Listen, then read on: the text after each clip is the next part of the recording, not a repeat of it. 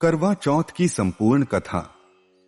एक समय की बात है, एक साहूकार के 7 बेटे और एक बेटी थी।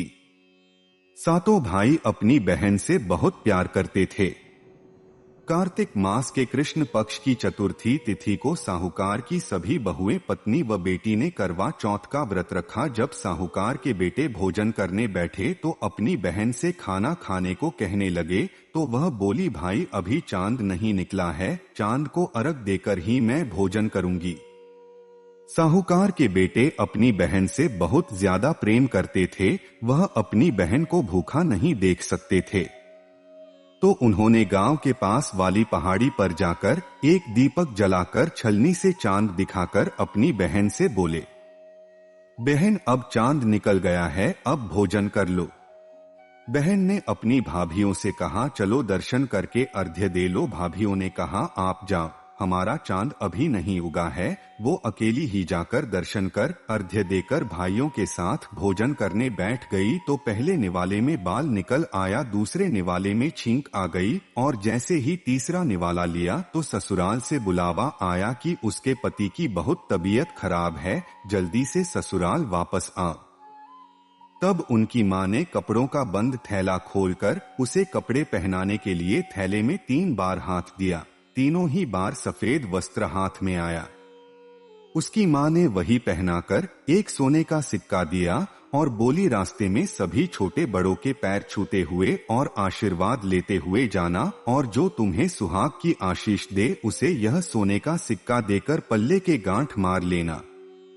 रास्ते में जो भी मिला वह उसके पैर छूती हुई गई। सबने भाई भांजों के सुख का ही आशीर्वाद दिया। चलते चलते जब उसके ससुराल का दरवाजा आया तो दरवाजे में घुसते ही उसकी छोटी ननद खड़ी था, वह उसके भी पैरों पड़ी। तो ननद ने उसे आशीर्वाद दिया और बोली, सदा सौभाग्यवती रहो और 7 पुत्रों की मां बनो और मेरे भाई को सुख दो। ऐसा सुनते ही साहूकार की बेटी ने उसे झट सोने का सिक्का दे दिया।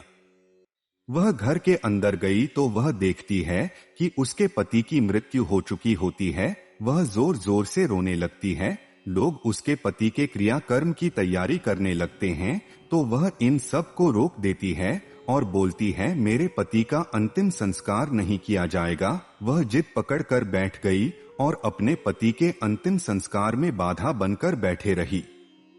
उसकी इस जिद पर घर वालों ने एक अलग मकान में उसको रख दिया। वह अपने पति के शव की सेवा करती, रोजाना उसको साफ करती है। गांव की एक दासी आकर उसको बासी रोटियां दे जाती, उसी से ही वह अपना जीवन चलाती। साल भर बाद करवा चौथ का व्रत आया। सारी पड़ोसनों ने नहा धोकर करवा चौथ का व्रत रखा। सबने सिर धोकर हाथों में मेहंदी लगाई, चूड़ियां पहनी। वह सब कुछ देखती रही।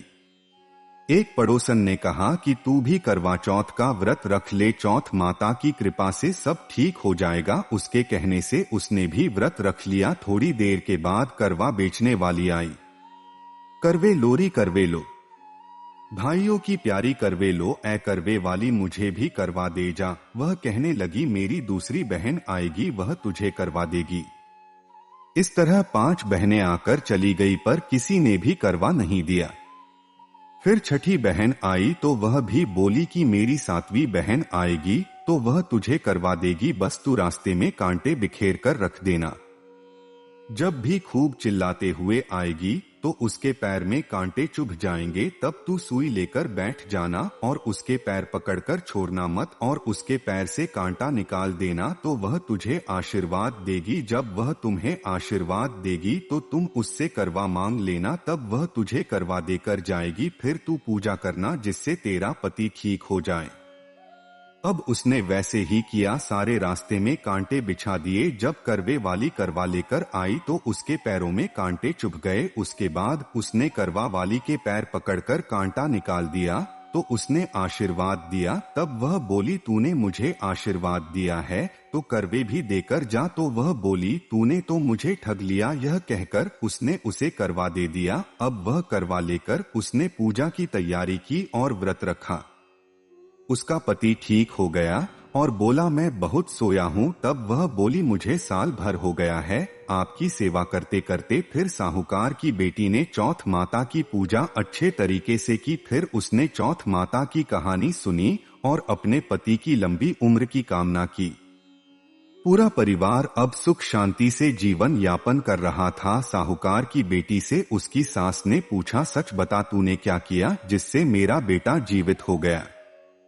तो साहूकार की बेटी ने उसे चौथ माता के व्रत के बारे में बताया। तो उसके ससुर ने पूरे गांव में ढिंढोरा पिटवा दिया कि पति की सुरक्षा के लिए सभी बहनें करवा चौथ का व्रत रखें। हे चौथ माता, जैसे आपने साहूकार की बेटी के पति को जीवनदान दिया वैसे ही सबको देना। कहानी सुनते समय कटोरी में चावल है और चांद को अर्घ देते समय ऐसा 7 बार बोले। चंदा ए चंद्रावलिए चंदा आया बार में, उठ सुहागन अर्घ दें मैं बैठी की बाट में। काहे का तेरा कंडला काहे का तेरा हार, सोने का मेरा कंडला जगमोतियन का हार। कहाँ बसे तेरा पेवड़ा कहाँ बसे ससुराल, आम तवे मेरा पेवड़ा नीम तले ससुराल।